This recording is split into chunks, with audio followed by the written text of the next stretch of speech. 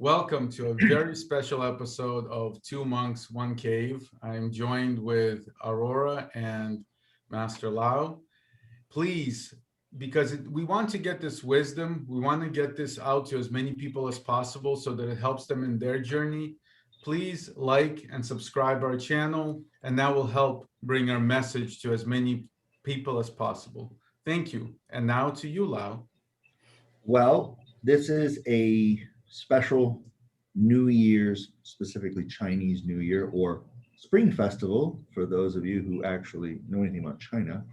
So Xinian Kuai, which is Mandarin for Happy New Year, we are going into a yin metal ox year. So Lao, what does yin metal ox mean? I'm glad you asked, friend. I'm glad you're here because we collectively will explore what that means. Historically in China, there are a system of understanding processes, systems, right? The Tao is often called the process of processes. And so there's something called the 10 earthly stems and the 12 heavenly branches. And so 10 being 5 elements with a yin and yang, 5 times 2 is 12. 10, excuse me, as far as I know. And then 12 animals of the zodiac, there being the 12 celestial branches. Now, this being said, what the hell does that got to do with price of tea in China? Glad you asked. When you look at the heavenly stems and heavenly branches and the earthly stems, what you're looking at is a simple matter of clock. And simple say, well, that stuff seems to be kind of a little bit superstitious. You would think.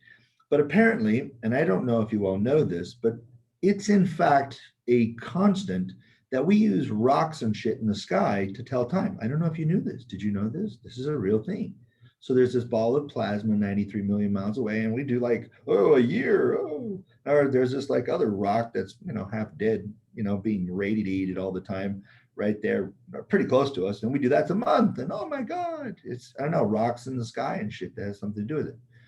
When you look at the 12 houses of the zodiac, which are the 12 animals of the Chinese New Year, you look at yin and yang, you look at all the 5 elements, Wu Xing, or the 5 element theory, what you're looking at is just time, just a really big time machine.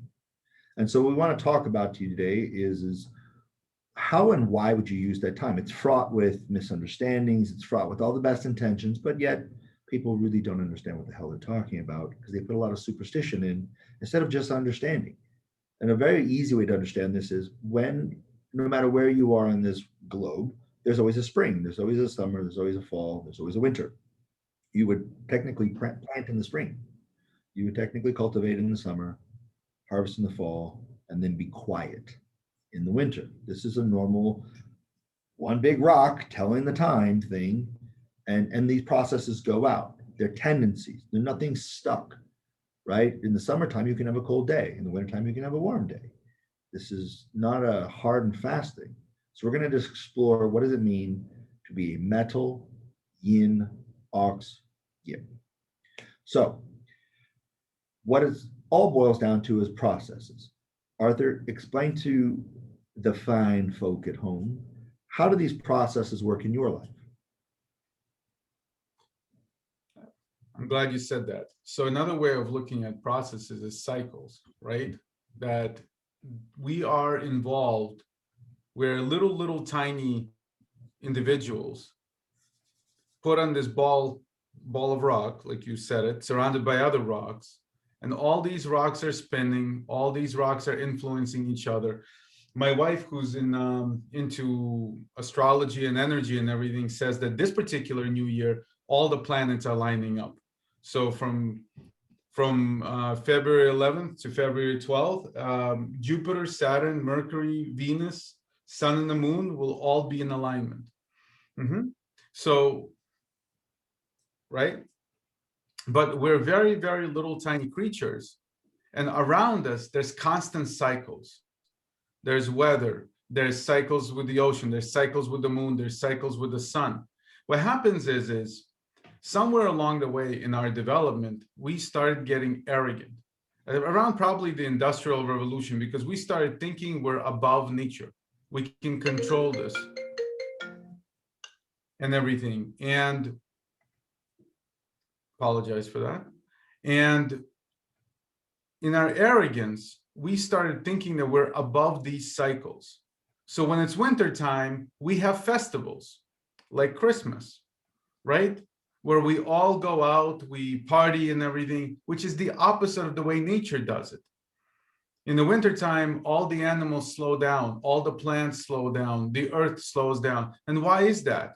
So it can rest to actually speed up, right? Just like in any amazing Kung Fu punch, it starts from the slowest possible movement and goes to the fastest, right? And it's the change in acceleration from the slowest to the fastest that allows that power. Same thing on this earth, same thing with these cycles. There's a time to be fast, but in order to be fast, there has to be a time to be slow. Mm-hmm. I think that a lot of times people don't equate velocity and cycles.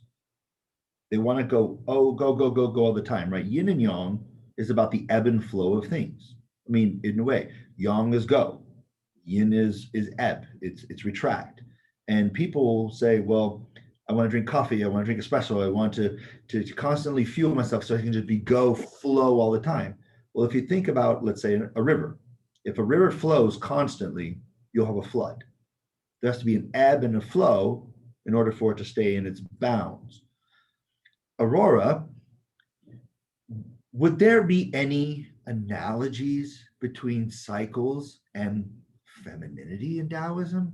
I'd love to hear your thoughts if there are any correlations, or am I just making connections that aren't there? Yeah, I don't think there are any. I knew it. Buddha lied to me. I think, I guess there are a lot of ways that anyone could answer that. The first is that we have a sun cycle and then we have a moon cycle. And those are very different, that you just mentioned, the big rocks. Where do you want me to go with this? And this is something I'd like you to speak to, but I'll set this up for you so it's a little more refined. A lot of women don't realize that, of course, there's a menstrual cycle, right? After that, then there's a point of coming up in energy, then there's a peak of energy, then there's a retraction of energy, and then coming back down. Exactly. Like, oh, I don't want to do that. I just want to, how do I keep going? How do I normalize my cycle so that I don't have any down days? It's like, what? Yeah. That is really, I think that while it's really wonderful that as women, we can do everything men are doing, supposedly in terms of like work and, bring home the bacon and fry it in a pan and never make you forget that, you're a man, all of those things. We also have limitations. I know it does sound very strange. And I think that what happens is that, and I think it's one reason why a lot of women who are trying to get pregnant, and you've worked with them, I'm sure, when they quit their job, they get pregnant, just strangely enough. And so with men, they have the luxury in some ways of having a less complicated system. In fact, my son's an acupuncturist. You studied acupuncture. And what I learned from him is that you spend 3/4 of the time talking about women's problems and how to cure them. And then 1/4 of the time you just go, okay, men, you just put these needles in and they're done. And so it's complicated. We're very complicated. And this fact that we have this cycle every month, makes it so that we have to be realistic about our lives and when we have uptime and when we have downtime. When we have time where we have to go in our cave and turn everything off, and so that we don't bite someone's head off, And I know, it's amazing. But yeah, we have those cycles too. And so one of the things that you're talking about the whole 4 seasons and how the whole 4 seasons. So as women, we have to figure out the 4 seasons, and then we have to figure out these smaller moon cycles of when we have our ebbs and flows. And I don't think that I don't think it's an easy thing to do for anyone. I think it's really hard, and I think it's especially hard in a world where we're so competitive. We have to be as competitive as men are. It's just That's my opinion. I agree. And, you know, competition is like anything, has a yin and yang, right? There's competition to outdo someone, there's competition to sharpen each other, right? And it almost goes more to collaboration. I used to know a really, I really loved her to death. She was a really good mentor to me in a lot of the feminine parts of Taoism. And she used to explain to me that, you know, the first Taoists were actually women. And I was like, I hadn't really been taught that, but I had grown up with a lot of female Taoists. And she's like, most Taoists won't say this because obviously from the Yellow Emperors when China supposedly started, but there was a China long before the Yellow Emperor. But when the Yellow Emperor started, sort of Confucianism and all of that. And so, but the progenitor of China before the Yellow Emperor was considered the royal Western mother. Mhm. And the reason why and I said, well, so why women exactly? Like, I'm not disputing it. I just like to understand. And she says, who the hell else can sit still long enough to actually see cycles? I'm like, no, fair point, fair point. But then she said something interesting. She said, it's also where the Bagua truly came from. And I was like, how does that work? She's like, there's the 4 seasons, then the 4 phases of the moon. So being able to harmonize, well, waxing, full, waning, new with summer, spring, moon, and fall, you get 8. Those 8 interactions make your Bagua. And I'm like, shut the front door. She's like, heaven, earth, fire, water, mountain, thunder. I'm like, oh my God, you're blowing my mind. That's cool. Yeah. I said, so then, but the Bagua is the basis for the I Ching. She's like, you understand the I Ching, you can understand the woman. I'm like, oh, I'm like, I'll just stay with the 5 elements because I'm a dude. Yeah. But you can see that that may not be so far-fetched. I mean, I can't, obviously I'm not an antiquarian, I can't validate that. But you can sit there and you can make a real strong case for, even if that's not the progenitor, it does still play a role because it's still a process, right? There are times when women are very stable. And there are times when women are thundering.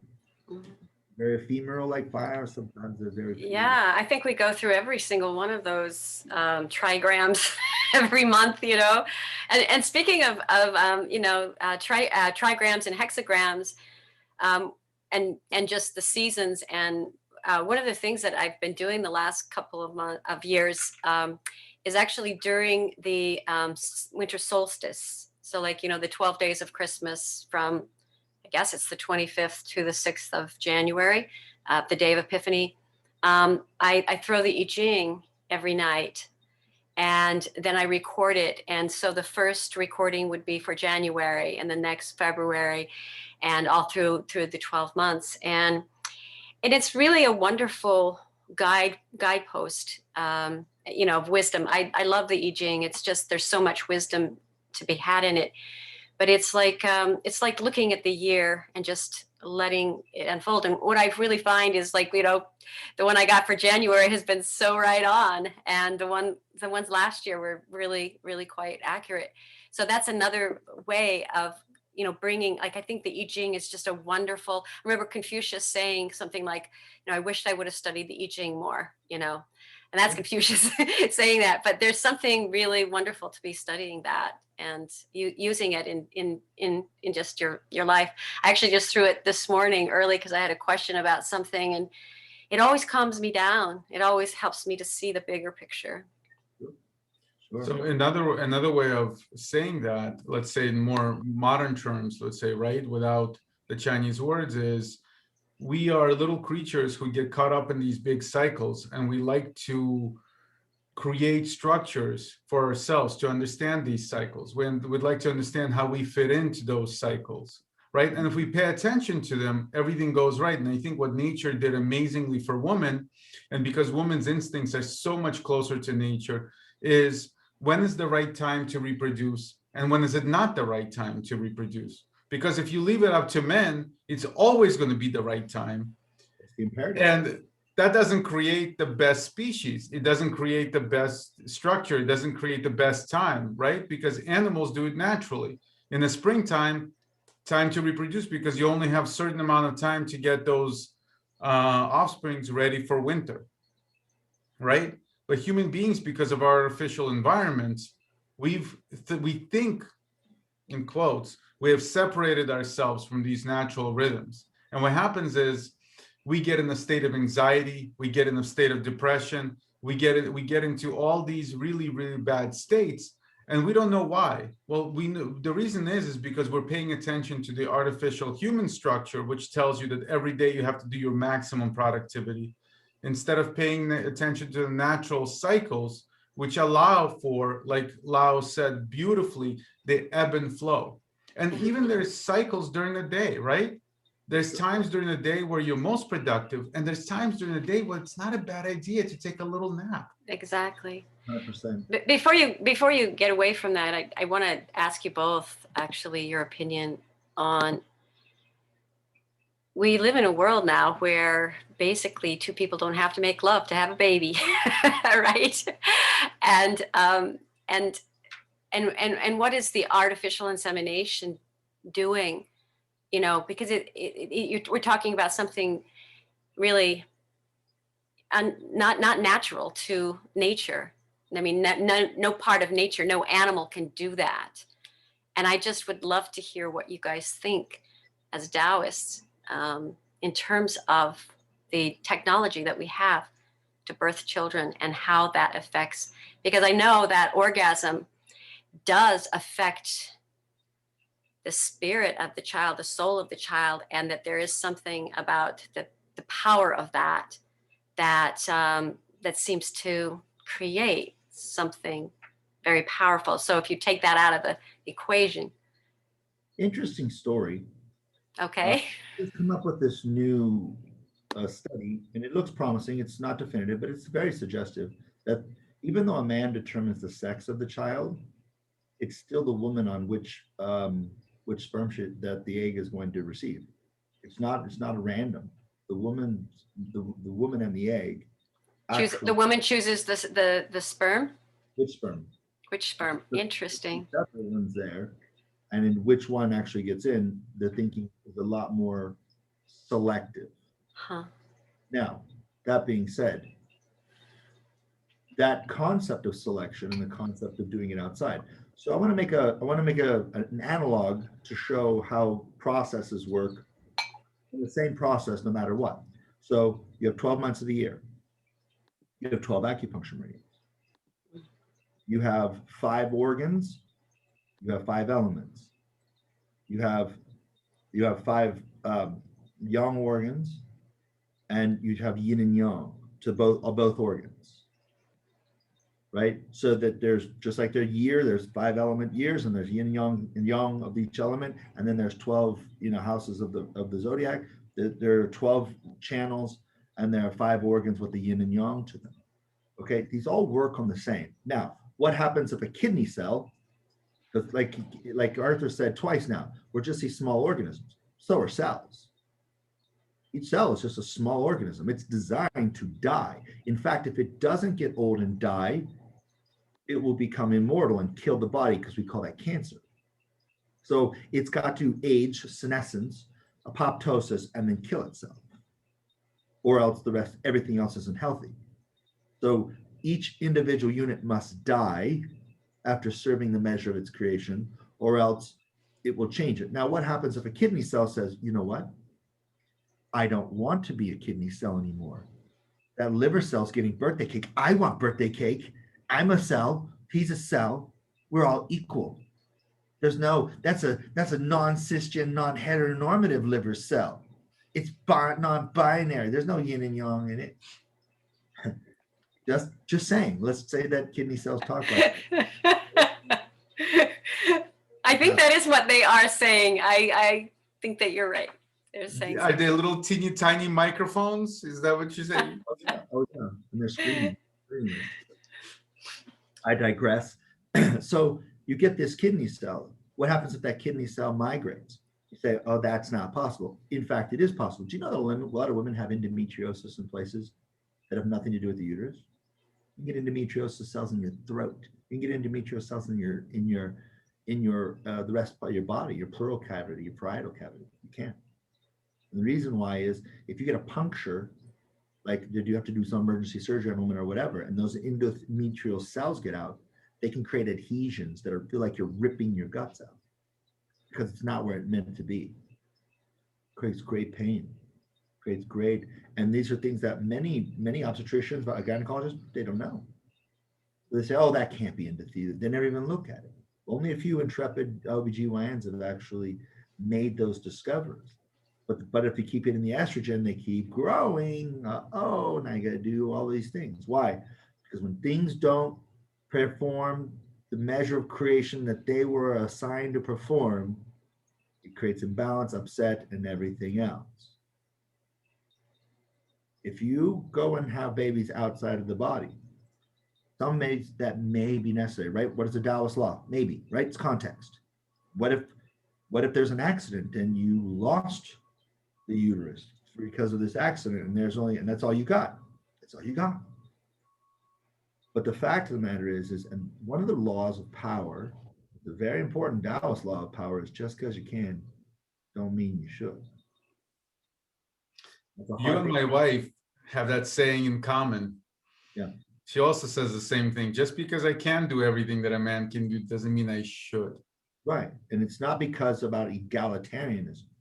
It's about what are you suited for? A kidney cell is directly suited to deal with the kidney function, liver cells.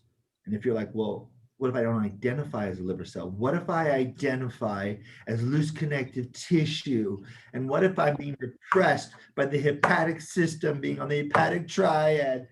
This is not fair. Okay, get cancer and die. Yeah.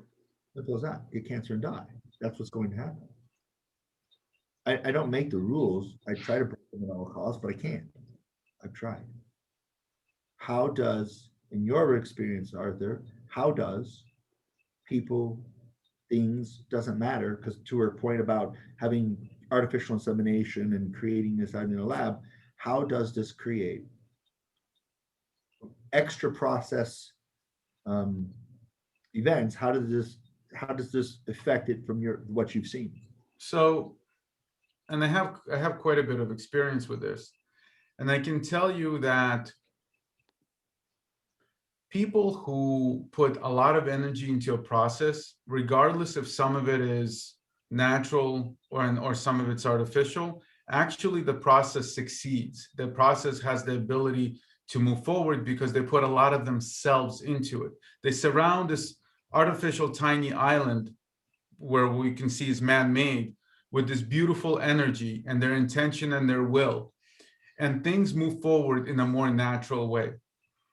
Because man-made things, because we can be confused, right? With the ability to create comes the ability to be confused. We create structures that are inherently out of balance, that are inherently out of step with nature. And in order for us to be able to compensate for that, we're constantly trying to adjust them. But if you put yourself into that process, if you put your energy that you got from this amazing universe, earth, whatever you want to call it, right? However you see it, you're able to help support that artificial process and help it move along until it's ready to be on its own, stand on its own two legs. And those people that really put their intention, their will, like an acupuncturist, right? It's not about putting the needle in, and you obviously know much more about this, Lao, than I do, but it's much about putting your will, your intention in with that needle that creates these waves, that creates these cycles. So from what I've observed, it's those that are able to essentially extend themselves and focus and put their energy into a process, things go well. Those who say, I'll leave it alone and it will be what it will be, and not put their intention, will, and energy into it, it inevitably falls apart and it inevitably goes sideways and it inevitably turns out to be the result they did not want. That's what I've observed. Is that what you were asking me, Lao? Or did I Yeah. go sideways again? No, I like that. I want to take another perspective, and I don't mean I like offer a different perspective. I want to explore a different perspective on it. I'd love to. We talked about this a few minutes ago. It was said that man tries to make things that are not natural. But if man is of nature, can man actually then make anything that's not natural? Yes, because he can make cycles and systems that are part of fantasy land rather than be connected to this world. Right. Now, does that not feed back to the whole, which then explains the cycles to that which knows does cycles but has no idea why cycles are important? Doesn't the creating of an artificial cycle reinforce why the actual cycle? Absolutely. Absolutely. And it's just the same thing that we talk about, let's say, the environment, that we have to mature as a species to realize the effect we have on cycles, not just to be able to see, a little bit like an inch beyond us or even a foot beyond us, but to be able to see the whole as a cycle. And by creating these artificial cycles and by destroying these cycles of the environment and seeing the effects that we have, we can then try to adjust and try to recognize the more natural ones and try to act in accordance with these big cycles rather than creating our own artificial ones. And I totally agree with you. So then the utility of us doing it the way we're doing it is because this is the only way we're going to get education of why we need to do it the way we. Absolutely. We're a very immature species, and by these trial and errors, we're poking the fire, right? But only by putting your hand to the fire, we're going to find out that it's going to burn, right? That's what the process we have to go through, and that's fine. That is our path. I think so, because, for example, once somebody said to me, this is beginning to be January 1st, and I want to do these things. I'm like, what does January 1st have to do with anything? And they're like, well, it's the beginning of the year. I'm like, is it? Says who? I said, if you're a farmer, the beginning of the year is not January 1st. It's the beginning of spring. Right. It's the beginning of the cycle: planting, cultivating, harvesting, quiescence. You're right in the middle of a cycle, January 1st. It's just an arbitrary, thing. But if you're really looking at, that seasonal thing, that seasonal thing isn't based on the moon or the sun. It's in fact based upon the earth itself. Now, where you are in the latitude, if you're in Tasmania, it's a very different cycle. The first day of spring would be more like our first day of fall.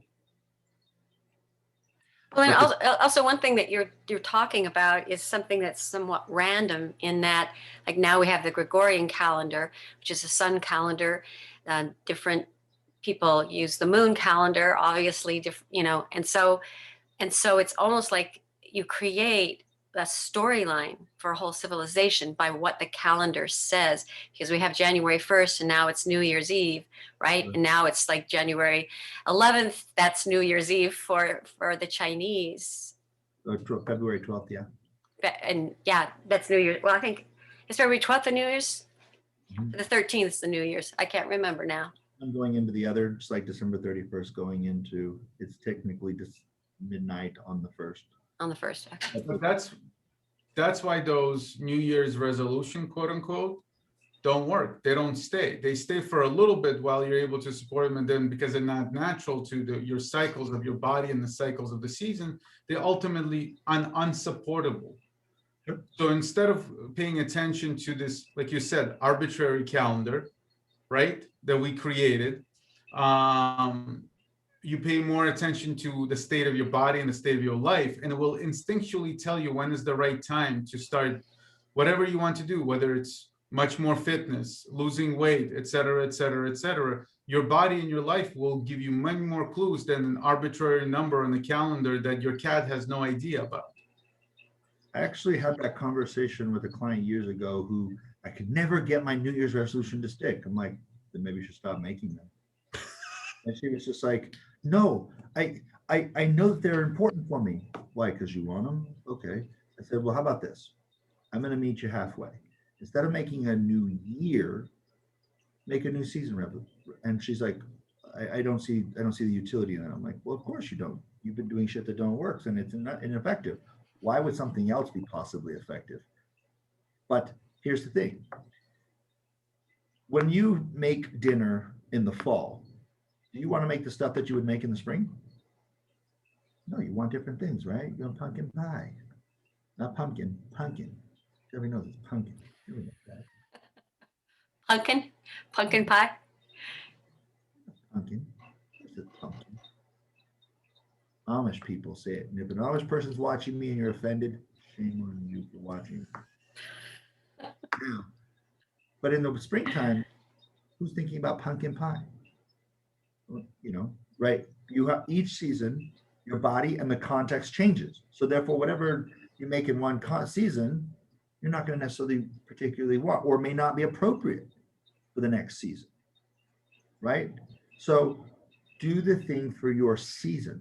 In the deep of winter, when the tendons are most contracted and it's coldest, being like, I'm going to go be high octane, you know, hard on my joints. Yeah, that's probably not the best idea. We should probably do something else, you know? But people, you have to make it contextually appropriate.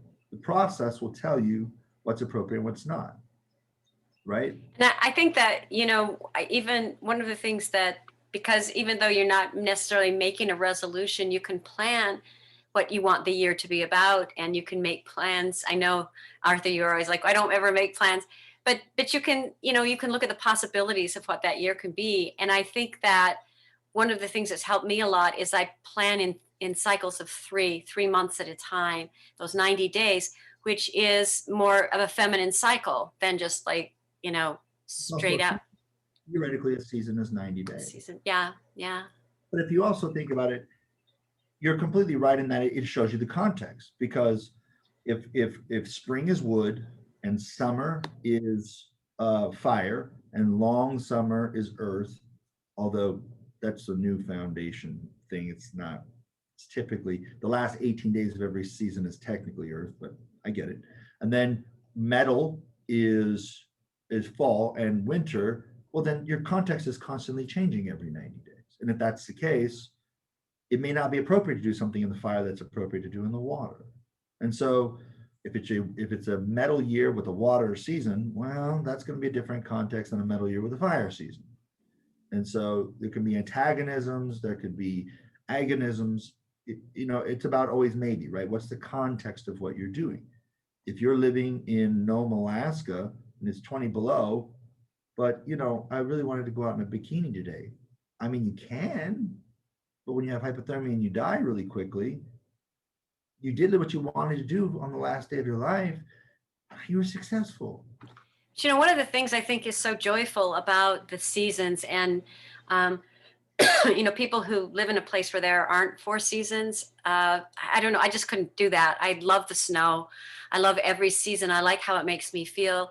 You know, the summertime, there's that expansiveness and you want to, you know, the sun is longer during the day. You want to be outside. You want to be with people. There's so much more social. And then when the fall comes, I love the feeling of like, okay, now I'm starting to focus. I want to look at, you know, that's when people go to school, right? Because that's the energy of that time. It's more contracted and it's more focused, that metal energy. And then the winter, which is the season of the water, the season of the water, the season of the kidneys, of like going in and hibernating and really going in, and maybe this is the time where you self-reflect more deeply, so that when springtime comes, which is the time of creativity and the wood time, things growing, and you know you're planting the seeds in the winter to see what grows in the spring. And you know, already I'm feeling my creativity. We're getting into spring, you know, because February is actually the beginnings of spring. I'm starting to feel like, oh, I have all these creative ideas. And a month ago, I didn't know what I was going to do, and I didn't know, you know, any of that. So I think that the cycles and the way that, and I love wintertime. I love it because it's so quiet. I love it when it snows. It's just so quiet. And I love that. Yeah, absolutely. I think that there's a high understanding that when there are 4 distinct seasons, there's enough variety, there's enough, it's overt enough that you can say, okay, we do this now. But if you have a time where it's 10 months of sunlight or 10 months of darkness or whatever, but interestingly enough, as we talk about this, and this is no disparity on these Norwegians or anything, but the higher incidence of that, higher incidence of depression, suicide, alcoholism, domestic abuse, I mean, they're through the roof because of who and what. I mean, we can adapt, don't get me wrong, but truth be damn told, there's a reason why people above the Arctic Circle have blonde hair and blue eyes. They've got to have as much available surface to get as much available, whereas vitamin D and sunlight, versus down in Botswana where they have a full melanin bloom in order to make sure that there's no, not too much and you end up with skin cancer, I think it's funny because I think that people living in different areas, actually, that the weather, we don't realize how much weather plays a part in personality. Like, I'm here in Boston, and I think the people in Boston are known as being really grumpy and moody. I don't know, I don't know, you can chime in on what you think, but I think it's partly because of the weather, partly because it's always changing. It's there's something about it that you don't trust. So, like, I think that people here don't trust people easily. But I don't know, Arthur, it's more about that survival has been tougher in this region historically. That you have to be a tough person to get through the severe winters, the humid summers, and everything. And people who grew up in this region, well, first of all, it was mostly a swamp for a long time, right? So they toiled and toiled and toiled, made it into something, but a swamp is always a swamp.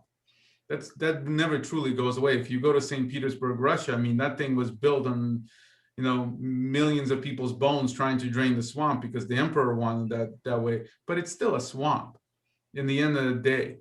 And the geography, where people live, the environment around them affects them dramatically. I think that there's a reason, at least from my perspective, and it could be completely way freaking nuts off, but this is the way I like to. I in my mind I see things. But I lived in LA for 8 years, and having a break from the cycles was actually incredibly useful for me. It gave me a chance to recharge in a way where I wasn't struggling every day, where it was much easier living in that climate than it is living in a climate like the Northeast.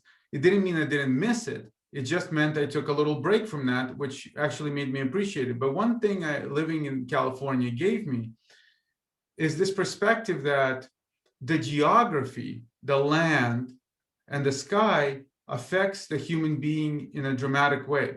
So I always ask myself a question: why is California, in particular Silicon Valley, but LA as well, why are they the center of the universe when it comes to new ideas, new fads, new directions, and everything? And when I lived there, I realized the earth was moving all the time. That lack of stability in the earth created a lot of flexibility in people's minds. They were much more open to new things because the earth was unstable. In places like, let's say, the Northeast, when the earth is very stable, it's not as easy to have your mind open to new ideas and new directions. Again, this is just the way I perceived it. It doesn't mean that it's the holy truth or anything else, but it really, really helped me identify when I go into a new region. I looked at the geology as much as I look at anything else to help me understand why people are acting the way they're acting. yeah. And I think that's so great that, because we're bringing this up in this is like proof of what you guys have been talking about in terms of like we're animals living on a planet that nature does affect us, even though we're arrogant human beings that think that we're above it, that we don't need it. Yeah, we think that we're outside of nature, that somehow nature doesn't apply. And it's like, I've traveled quite a bit, and you can see it in a lot of your travels. When I go to Goa, India, and I go to Reykjavik, Iceland, I got to tell you, they're not the same species. I mean, I get the same species, but they're not the same because necessity is the mother of invention. Like Arthur's talking about with the earth. If the earth is constantly moving, which I'm from California, I completely get it. when the earth is constantly moving, you've got to constantly be able to go, okay, if even terra firma ain't so firma, what do you do now? But it Versus, also opens up your perspective, right? That things don't have to be the same all the time because the well, earth is moving. yeah, they're not going to be the same all the time, even the earth. But if you go to, Goa, we're Indians and we do, and it's Portuguese India, not French India or British India, and it's like it's a very different thing. But and in Reykjavik, you got these big, stout Sven, and you're like, wow, you guys are somehow like related, but it affects the way we think of the actual world, the way our perspective on everything. So is it, we say right now, happy Chinese New Year. It's not Chinese New Year because A, we're not in China, and B, people in China aren't listening to us. You know, unless Xi Jinping and then Emperor Xi, you're most unworthy. Thank you, Emperor Xi, for loving me. Gotta hedge bets, man. But Of course. with the Indonesian archipelago, and some of those people don't even live on land most of the year. They live like 20 days a year they go on land. Yeah. They don't trust the land. But then you got Krakatoa right there, exploding, causing all these issues. You're like, maybe you understand why people don't trust the land, right? And that sets the tone for everything in Everything. Yeah. But if you look at, let's say, even the Mongolian nation, right? I mean, there's a reason they were born on horseback because the land allowed them that kind of freedom. They needed to be on horseback. Otherwise, that's just too expensive. But now fast forward a little bit. Let's do a little imagining and everything, right? Let's say Elon succeeds and we build something on Mars. What will happen? How will those people change over hundreds of years? And will they be able to actually relate to people on Earth? And I don't think so. I truly do believe that once you step on a different rock, that rock will influence you over time to evolve into something for that rock. For sure. This rock, stepping in different parts of this rock will change you. I mean, Mongolians don't exactly look very, close to people in Ethiopia. Just saying. That's not right, Lao. Don't talk like that. We're all the same. I know, sweet pea. I know. Calm down. But even if you look at the hip structure, they're not even the same. It's crazy. It's crazy how much we can't look and see what's in front of our own goddamn eyes. That the adaptability of Siberians. I don't know if you get a more stark example of Siberians versus somebody from Trinidad and Tobago. Okay. In the equator, they're very touchy. You can climb up in each other's lap and it's not outside of your personal space. It's all good. That shit in Siberia where they need the body. Hey, easy. There's a kilometer's personal space here. But there's another thing I observed as far as culture on my own journeys is that people from harsher climates, let's say, like you mentioned, Russia or even the Northeast in the United States, they create much closer bonds of friendship than what I observed were bonds of friendship in LA. In fact, what I observed in LA was insane amount of acquaintances, but no real friends. And what I observed in harsher climates where people had to struggle and historically had to struggle, right now it's much easier, but historically had to struggle, the bonds that form between people are much, much stronger because they had to survive together. It was much more about cooperation and survival than, going surfing. That's so funny because, Arthur, when I was in high school and I lived out west in Utah, there was this guy who said, one day I'm going to Boston. And I didn't even know what Boston really was. And he said, I'm going to Boston because you know why? Because they're very unfriendly out there. But if you are friends with them for 7 years, you'll have a friend for life. That's exactly right. That is true.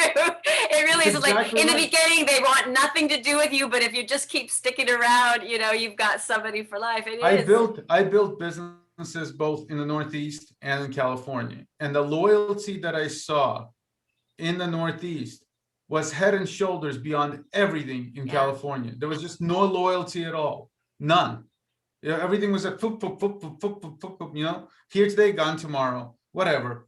In the Northeast, it was like, yes, we're in this, and we're in this for decades together. Yes, yes, yeah. And I think, again, we're just saying that this is something natural. It's not to judge the East or the West No, and no, what no, is no, better. no, It's no, just no. like, this is the Never. way it is. Yeah, Never. And for some people, it's a matter of what's right for you, yeah, right? exactly. In the end, I decided, because of where I grew up, that it was right, more right for myself and my wife to raise our child in a place like the Northeast, where we felt she could experience more of what we learned was right for us.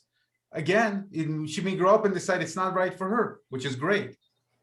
But there are other people who grow up on the West Coast and they can't be in other places because it's just not right for them. There's That's no right. judgment here. It's just whatever is comfortable for you. Yeah, And go back even to sort of the beginning of our culture. And this is going to be a bit controversial. So if you're easily triggered, this would be the time to. okay. Well, put our trigger warning across that. Okay, just hold my breath. So I'm done. Okay, let's look at. So many people believe that Africa is the cradle of humanity. I don't know if that's true. I have no reason to believe it's not, but I'm not going to say it is. I'm going to say that's what many people believe, but I don't know. And it doesn't really matter, but for the sake of this, we're going to say it is. Okay? If you look at many of the tribes and many of the people who grew up there, you don't usually get very large groups in civilization. You usually stay a much smaller, compact.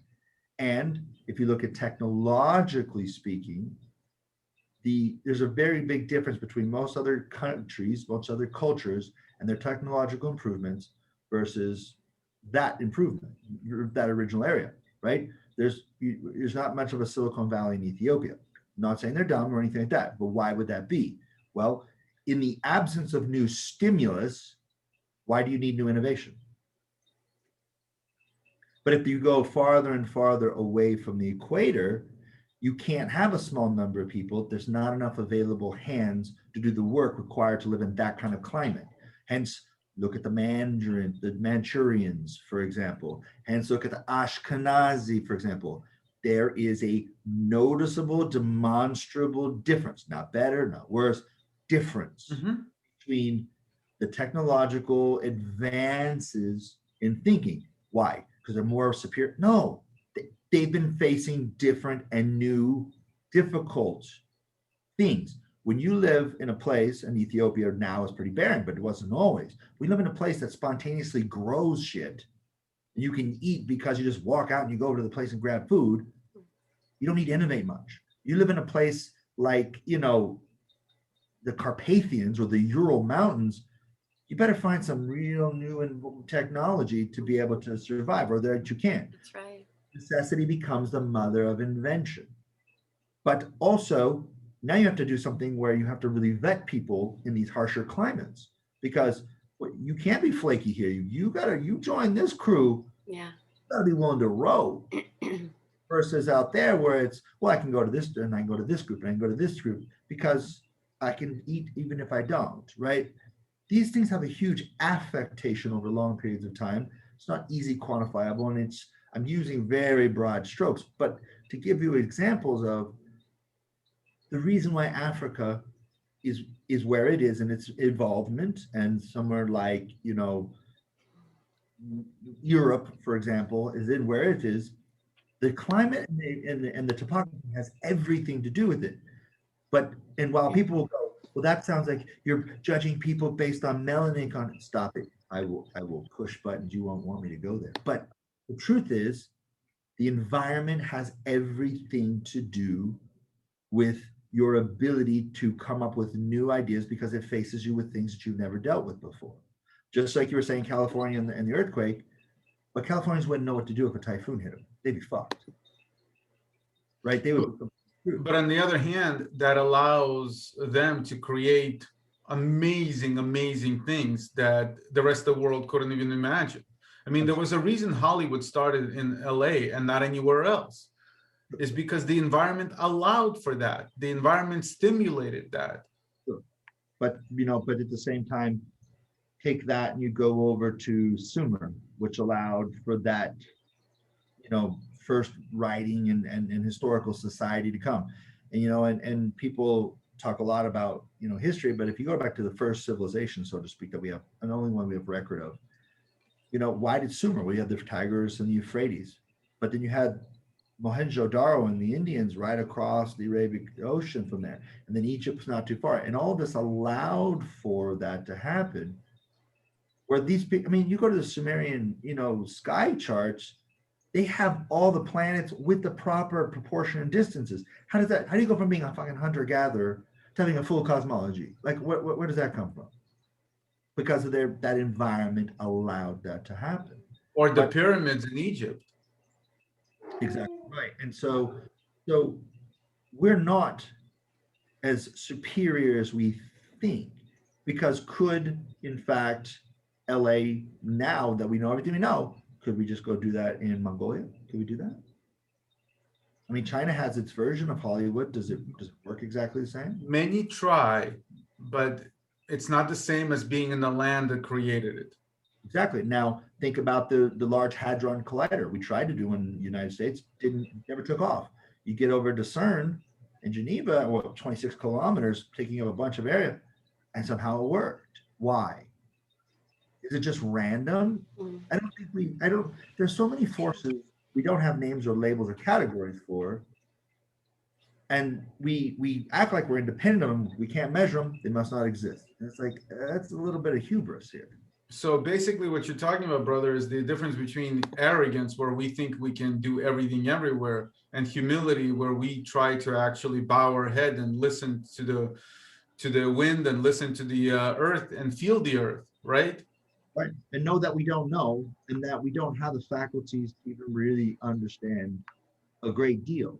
I don't know if you know this, but in 1895, they kicked people out of college for physics because they're like, we know everything about physics. There's nothing new to know. You can't get a PhD because you can't add to the group. We know everything. That's what they said in 1895. Like, well, we showed those fuddy-duddies. It's like, I don't really think the attitude has changed much. The only difference between a physicist and God is at least God knows he's God. He doesn't think he's a physicist. And I love physics. But humans have this idea that, because we have understood certain things and we can reproduce certain things, we have a good understanding. And it's like, you're just, the 12 cycles that we call the branches, and the 10 cycles, which we call the stems, these are tendencies, and sometimes they seem a little hokey. The hokey is good because it makes you think, well, there's a mysterious quality, there's an abstract quality. That abstract should be leaving a hole for, what don't I know? What don't I know? I don't know.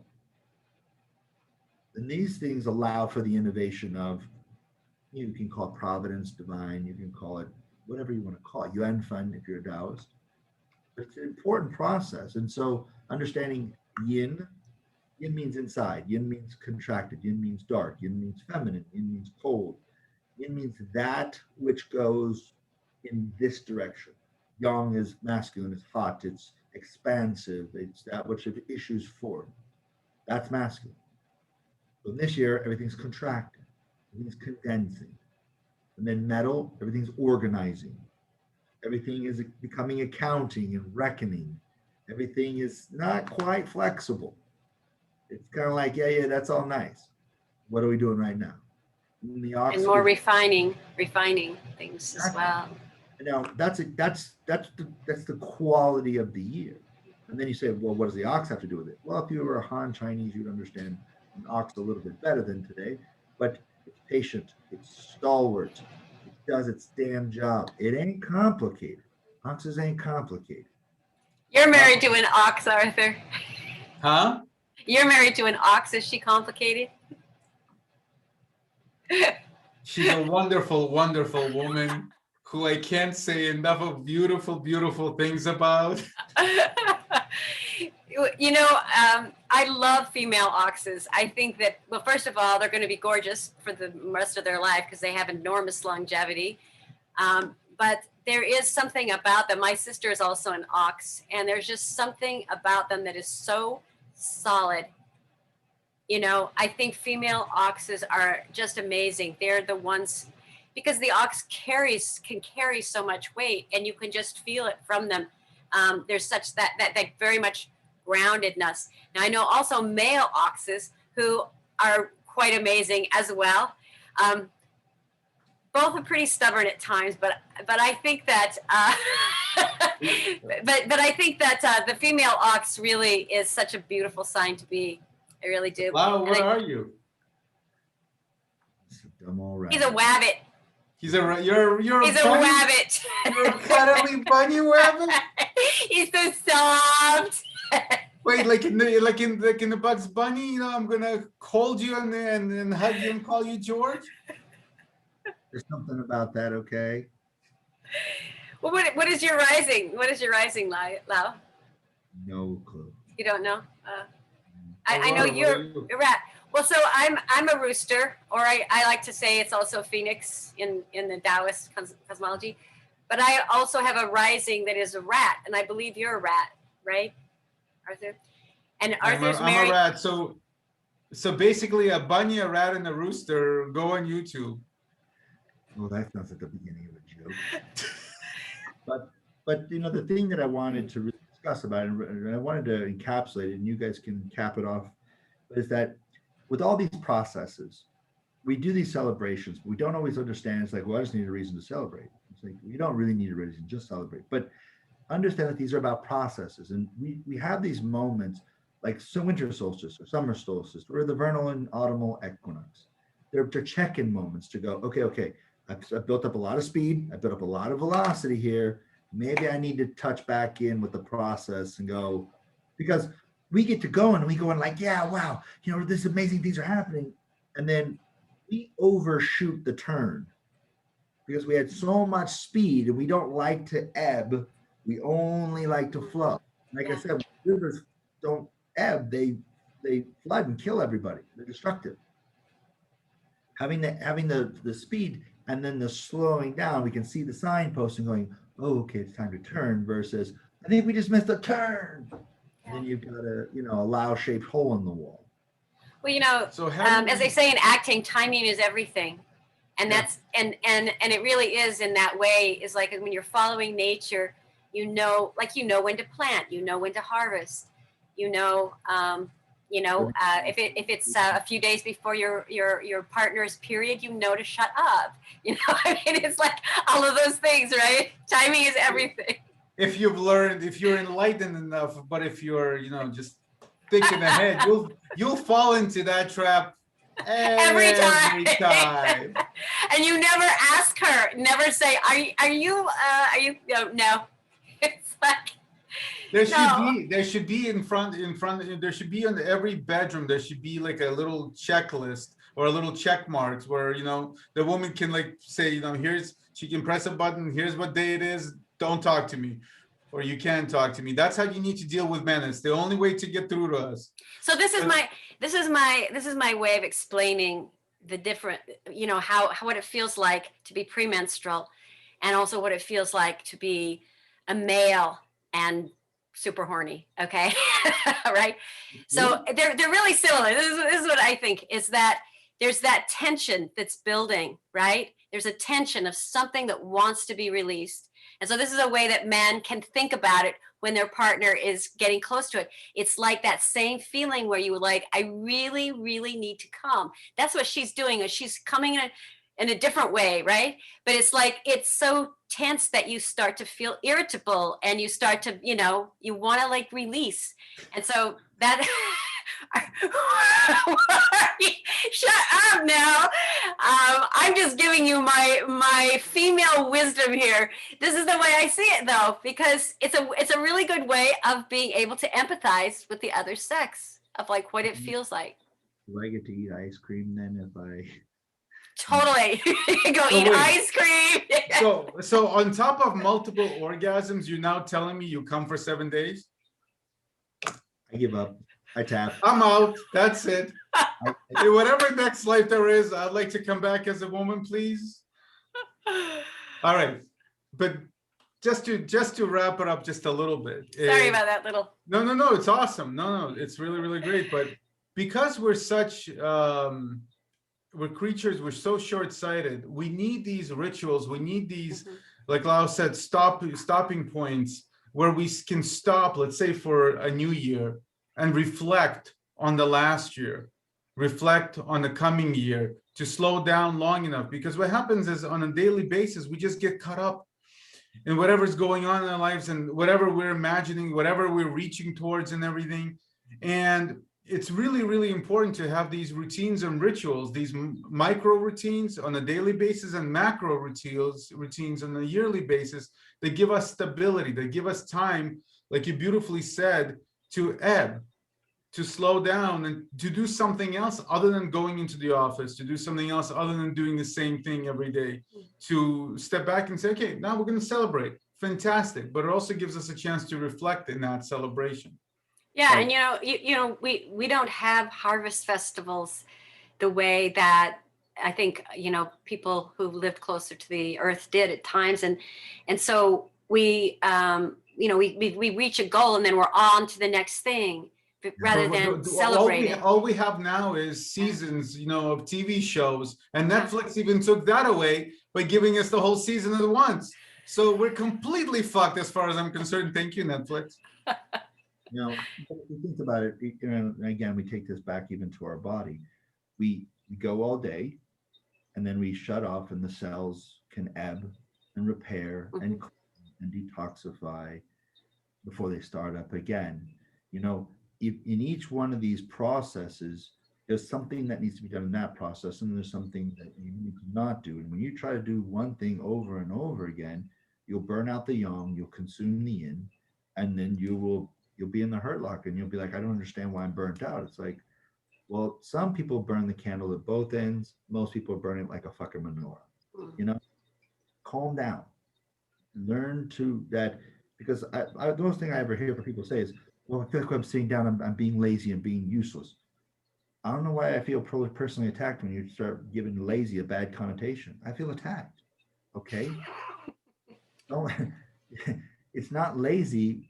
When you're, for example, this happened all the time with my patients in the clinic. They'd be like, oh, it's just so hard for me to, wait and let this heal. It's like, it's called convalescence. You're actually doing something. Yeah. But convalescence is a real thing. Well, can't you just give me something so I can get up and get going again? Yeah, I can give you a sedative to put you out for 6 months so you can get out of your own damn way. You got to get out of the cycle that doing is good, not doing is bad. That false dichotomy is everything. Yeah. You have to accept that one allows for the other. The way I talk about it with a lot of people and students is spirituality in this day and age is much less about whatever connecting to the ultimate or praying to the deities, but it's much more in our society about stopping in time, right? Yeah. Where is that natural stopping point for you? And if you miss that point, everything afterwards is just complete shit. Now you're spending enormous amount of energy and you're barely going anywhere. Best case scenario. Worst case scenario, now you've gone sideways and God knows how to recover from that.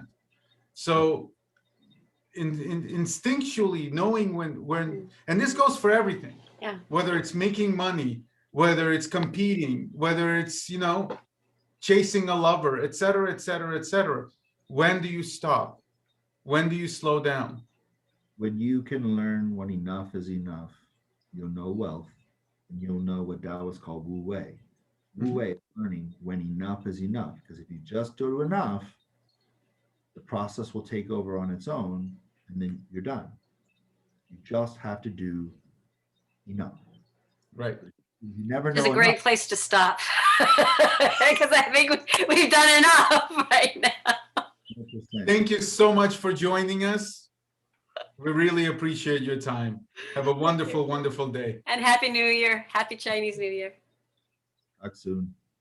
Thank you, both of you.